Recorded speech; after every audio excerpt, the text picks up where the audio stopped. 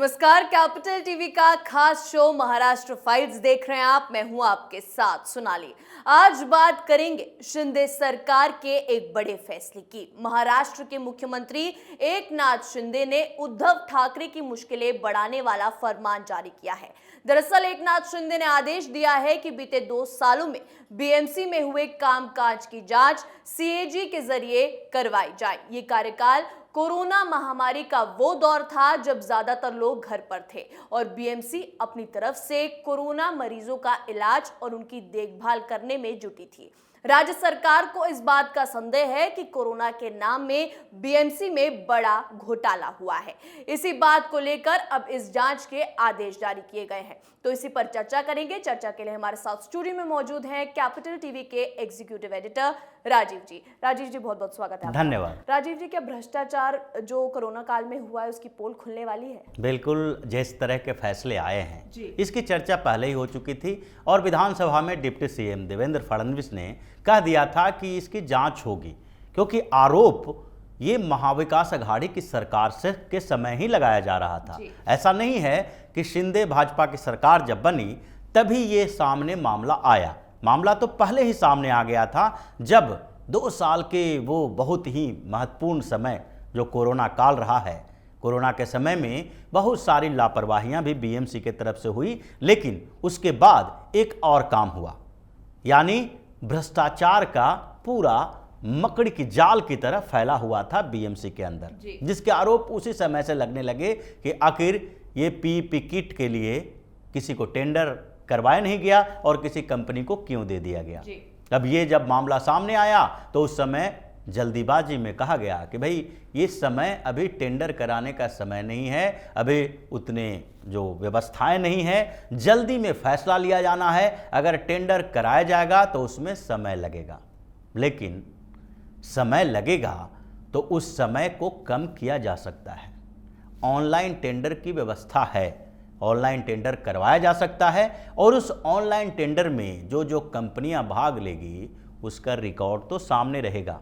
जो रिकॉर्ड उसके सामने रहेंगे उसके आधार पर देखा जाएगा, बिड बनाया जाएगा कि भाई एक पीपीई किट है, अगर उस किट के लिए हमने टेंडर डाला तो ये बताएगा कि ये कंपनी है जो 100 रुपया में दे रही है, ये कंपनी 200 रुपया में दे रही है, 125 रुपया में दे रही है। तो जिसने सबसे सस्ते दर पर अपना टेंडर डाला है उसको दिया जाता है। अब इसमें आप टाइम की जो बात कर रहे हो वो गलत बात है, क्योंकि टाइम की बात करने का मतलब है आप उस टाइम को कम कर सकते हो। यह बीएमसी और सरकार दोनों का काम है।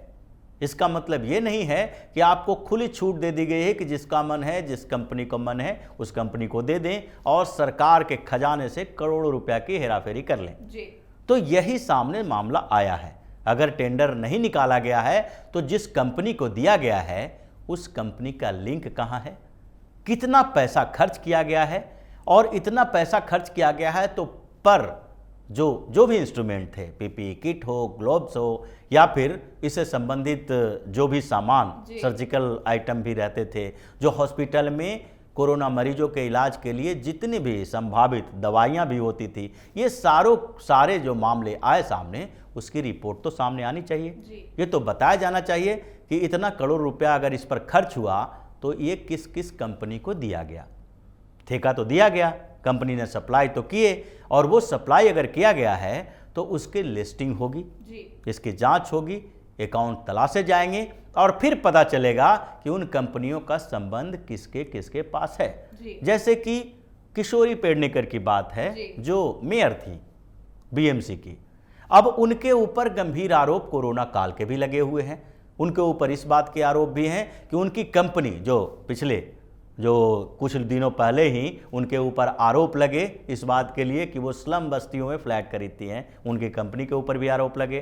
10-12 फ्लैट्स जो खरीदे गए हैं कम कीमत पर, उसके आरोप भी लगे हैं। लेकिन उनके ऊपर एक और आरोप है, और वो गंभीर आरोप है कि कोरोना के समय में इनकी कंपनी को टेंडर दिए गए थे और उसमें घपला हुआ है। इनकी कंपनी को जो टेंडर दिया गया उसमें बिड में और कोई और था ही नहीं, एक तरफा इनको दे दिया गया।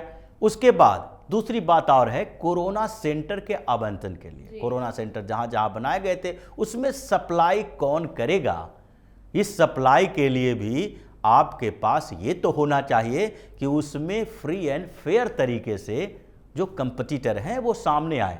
आप अपने लोगों को, जैसे अगर एमवीए की सरकार है तो इन तीनों पार्टियों के आपस में बंदरबाट करना है। तो एक तरफ उद्धव ठाकरे अपने लोगों को टेंडर दे रहे हैं, दूसरी तरफ शरद पवार अपने लोगों को देंगे, तीसरी तरफ कांग्रेस अपने लोगों को देगी। अब इन तीनों पार्टी के नेता अपने अपने क्षेत्र में जिन लोगों से उनका संपर्क है, पैसा ले रहे हैं, दे रहे हैं, ये सारी स्थितियां जो है वो उस समय चलती रही और इन्हीं लोगों को सारे सामान की सप्लाई का ठेका दिया गया।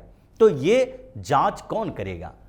अगर स्टेट गवर्नमेंट की एजेंसी स्टेट गवर्नमेंट करेगी तो भी उसी स्तर का पहले जो 2 साल में चलता रहा, स्टेट गवर्नमेंट उन्हीं की थी, बीएमसी में भी उन्हीं का था। ऐसे सवाल उठ रहे हैं कि पिछले 2 साल का क्यों, 20 साल का क्यों नहीं, 40 साल का क्यों नहीं?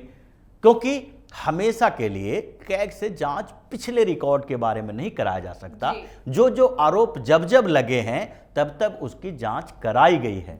लेकिन ये मामला बड़ा है, लंबे समय का है और इसके एक्सपर्टीज उसी तरीके से जैसे मनी लॉन्ड्रिंग के मामले में ईडी की एक्सपर्टीज है, तो सीबीआई जांच नहीं कर सकती उसकी। जहां जहां ट्रांजैक्शन के मामले आते हैं, पैसों के लेन देन के मामले आते हैं, तो ईडी की एंट्री होती है क्योंकि उनके पास उसी मामले की एक्सपर्टीज है। आप सीबीआई के मामले जो होंगे उसमें टेररिस्ट एंगल आएगा तो वो एनआईए के हवाले कर देगी, क्योंकि एनआईए के पास उसके एक्सपर्टीज है, वो इन मामलों की ही जांच करते हैं। तो इसीलिए जो नियंत्रक महालेखा परीक्षक है, जिसने बड़े बड़े घोटाले उजागर किए, कोल स्कैम जो है वो इन्हीं के माध्यम से सामने आया था कि किस तरीके से कोल ब्लॉक का एलोकेशन जो किया गया है वो क्या किया गया था। उसमें भी कैग ने वही रिपोर्ट दी थी कि ये भाई पहले आओ पहले पाओ की नीति थी। अब उसमें आपने 1 लाख करोड़ रुपया चाहिए था, वहां पर आपने 50,000 करोड़ रुपए में दे दिए। ये 50,000 करोड़ रुपया तो सरकार का नुकसान हुआ, देश का नुकसान हुआ, लोगों का नुकसान हुआ। और वो 50,000 करोड़ रुपया जो नुकसान हुआ, उस नुकसान के बदले सरकार को कितना मिला, पार्टी को कितना मिला, इसकी जांच तो होनी चाहिए। तो कैग उस बात की जांच नहीं करेगी, वो कैग रिपोर्ट में ये बताएगी 50,000 करोड़ का नुकसान हुआ। 2G मामले में यही हुआ था कि 2G स्पेक्ट्रम के ठेके जिस कंपनियों को दिए गए, उसने बाद में वही 2G स्पेक्ट्रम दूसरी मोबाइल कंपनियों को बेचे 3 गुने 4 गुने दाम पर। तो आपने शुरू में बिड के टाइम में ही ये क्यों नहीं सोचा? सरकार को इतना नुकसान हुआ, इसमें गड़बड़ियां जो हुई उसका खामियाजा तो भुगतना पड़ेगा, उसकी जांच फिर होगी। तो उसी तरीके से बीएमसी में है। अब कैग है जो अलग अलग इलाकों में जो भी कोरोना सेंटर थे वहां के रिपोर्ट तैयार करेगी, वहां जांच करने के बाद ये बताएगी कि इन कंपनियों का इंटरेस्ट किससे जुड़ा हुआ है, और वो इंटरेस्ट जुड़ा हुआ है तो उसके बाद इससे सरकार को कितना नुकसान हुआ। अगर 500 करोड़ रुपए का सामान आया तो उस सामान की मार्केट में उस समय कीमत क्या 500 करोड़ थी, या फिर 250-300 करोड़ के सामान को 500 करोड़ में सरकार ने खरीद लिया। अब 500 करोड़ में खरीदा तो 200 करोड़ का तो नुकसान हो गया, और उस 200 करोड़ में 100 करोड़ के बंदरबाट हुए। ये तो सारा इन्वेस्टिगेशन दूसरी एजेंसी करेगी, वो सिर्फ कैग ये बताएगी कि ये जो 200 करोड़ 500 करोड़ रुपए के एक्स्ट्रा खर्च बर्डन डाले गए बीएमसी पर और स्टेट गवर्नमेंट पर, वो इतना नहीं हो सकता था अगर ये प्रक्रिया अपनाई जाती। तो ये अकाउंट की जांच करेगी, और इससे शरद पवार, उद्धव ठाकरे और कांग्रेस के कुछ नेता नपने वाले हैं। सबसे बड़ी बात तो यह है कि उद्धव ठाकरे सीएम थे और बीएमसी भी उन्हीं की पार्टी के हवाले थी। तो क्या इन फैसलों से उद्धव ठाकरे की मुश्किलें बढ़ेंगी? बिल्कुल बढ़ने ही वाली है। उद्धव ठाकरे सीएम थे और मेयर उनकी पार्टी के, यानी बीएमसी और स्टेट गवर्नमेंट दोनों ही एक ही लोग चला रहे थे। अब ऐसे में बीएमसी में जो भी घोटाला घपला हुआ है उसकी जिम्मेदारी तो उद्धव ठाकरे को लेनी ही पड़ेगी। और इन्हीं सारे मामलों के कारण जो अभी याचिका दायर है उद्धव ठाकरे के खिलाफ कि इनकी प्रॉपर्टी की जांच होगी, वो प्रॉपर्टी की जांच की बात अगर आ गई सामने, अगर हाईकोर्ट ने आदेश दे दिया कि सीबीआई ईडी से इसकी जांच कराई जाए, तो उद्धव ठाकरे को एक ही बार में कई झटके लगने वाले हैं। और अभी जो बीएमसी का चुनाव होने वाला है, जिसकी घोषणा होने वाली है, अब जैसे ही कैग की एंट्री होगी, एक एक खबर सामने आएगी कि इस भाग में, इस विभाग में इतने लाख रुपए का गबन हुआ, इसमें इतने करोड़ का गबन हुआ, और उसके बाद ऐसे ही ये जो अघाड़ी का गठबंधन है वो बिखरना शुरू होगा, उद्धव ठाकरे की मुश्किलें बढ़ना शुरू हो जाएगी। बहुत बहुत धन्यवाद राजीव जी बातचीत के लिए। धन्यवाद। जी हां, तो महाराष्ट्र सरकार के इस आदेश के बाद माना जा रहा है कि राज्य के पूर्व मुख्यमंत्री उद्धव ठाकरे की मुश्किलें बढ़ सकती हैं। 2 दशकों से ज्यादा वक्त से शिवसेना बीएमसी की सत्ता पर काबिज है। कुछ महीने पहले ईडी ने उद्धव ठाकरे के साले श्रीधर पांडकर के घर और दफ्तर पर छापेमारी की थी। उस समय भी कहा जा रहा था कि ईडी जांच की आंच ठाकरे परिवार तक पहुंच सकती है।